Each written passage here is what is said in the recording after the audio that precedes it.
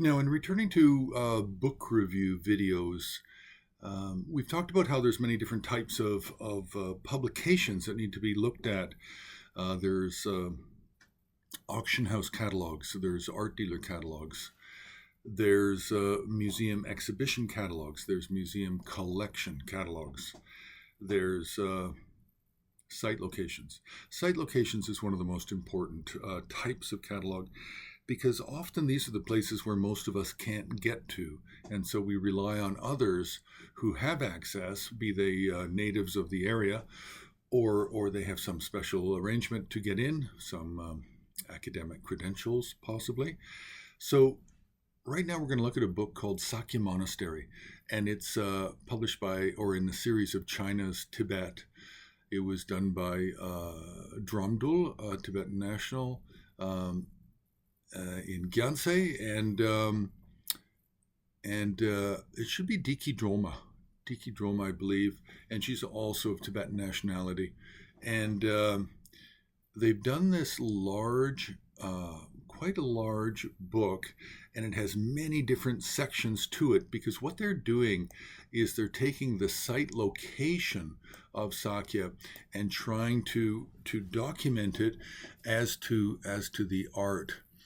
Now, for Sakya itself, there's two main locations. There's the North Monastery, and then there's the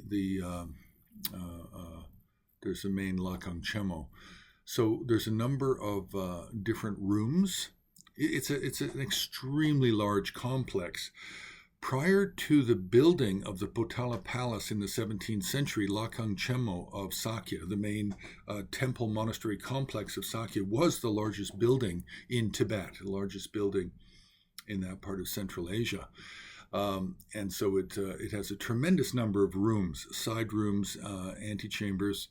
And I have been there, and I've spent a great deal of time trying to navigate and trying to also schedule the time to be able to see and to prioritize what can be done, what can be looked at, what can be photographed, and what can't. So these two individuals, Dramdul and Diki Droma, they've tried to catalog the main rooms. So that would be the White Tara Hall, the Conjure Hall, Dharma Protector Hall,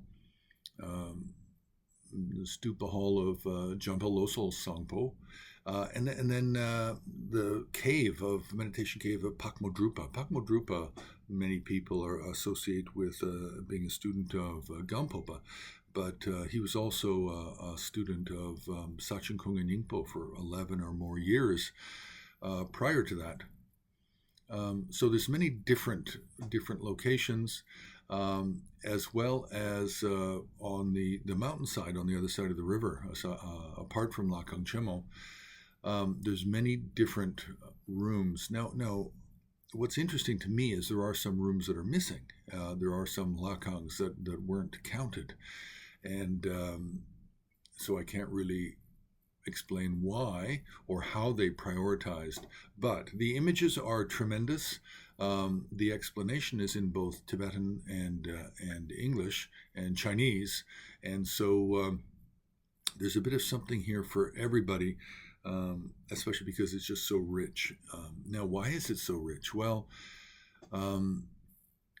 Sakya Monastery was scheduled to be emptied back in the early 60s, but a tremendous rainstorm came, and once all the trucks were loaded up with all of the metalwork and precious Yuan period porcelain cups and all of the gold and whatnot and paintings, a tremendous storm came up in this part of Tibet, and it rained, and the rain did not allow the heavy trucks loaded down with all the treasures of Sakya to leave.